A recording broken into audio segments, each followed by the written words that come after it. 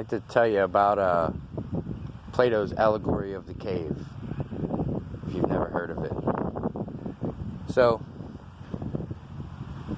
there was these prisoners, and they were chained up to a wall. Their backs were against the wall. And in front of them was a flat wall, a flat blank wall. And behind them, behind the guys, there was a window. And that window, outside, the guards, or whoever had the prisoners captive, would have a fire. So that fire would cast shadows on the wall in front of the prisoners.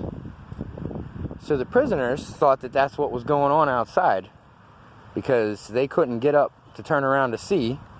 And from what was going on with the humans that they were in contact with, that would be their guards or their captiveers, whatever you call them. They had trust in them because they fed them every day and, kept them alive, I guess, for the most part. But anyways, so their reality was limited to the shadows on the wall.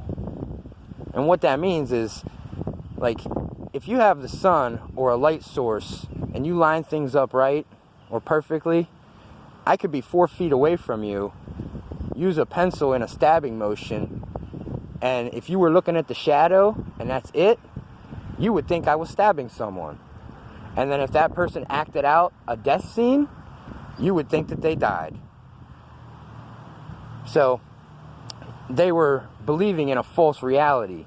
So whenever someone would die on the shadow, they would get emotional, like, oh my God, oh my. And then, so they were in a constant state of however that shadow told them to be, because that was their perceived reality. And it was a constant. They couldn't ask any questions. They couldn't investigate. That is all they had. Let me tie it into reality today.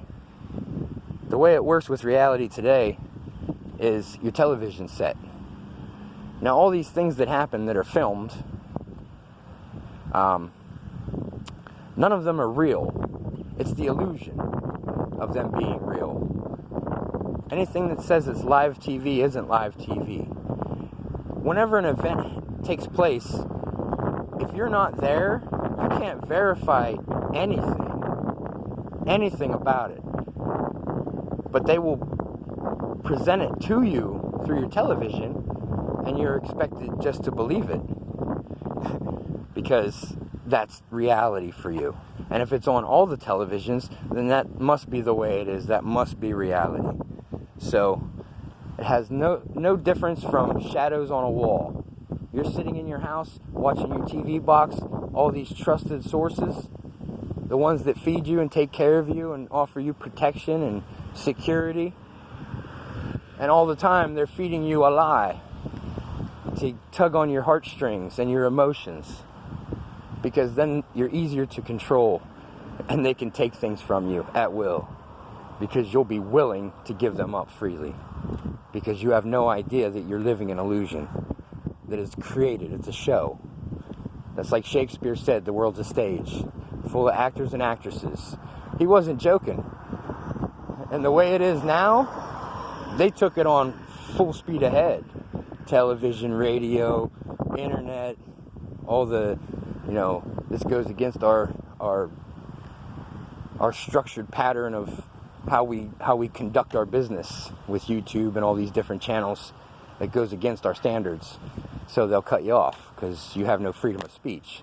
It's freedom of what they allow you to say, because it's all part of the system. It's part of the lie. And if you're not defending the lie, then they have no use for your information. So, but truth shines through everything. But anyways, the allegory of the cave, it's more of an analogy, really. And all it means is that you're living an illusion, just like those prisoners were. Those prisoners knew they were prisoners, though, because they were chained up. You're free to do what you want, but you're still a prisoner, and you have no idea. All right. Well, anyways, have a great day. That was Plato's allegory of the cave, resonating in today's day and age. Thank you.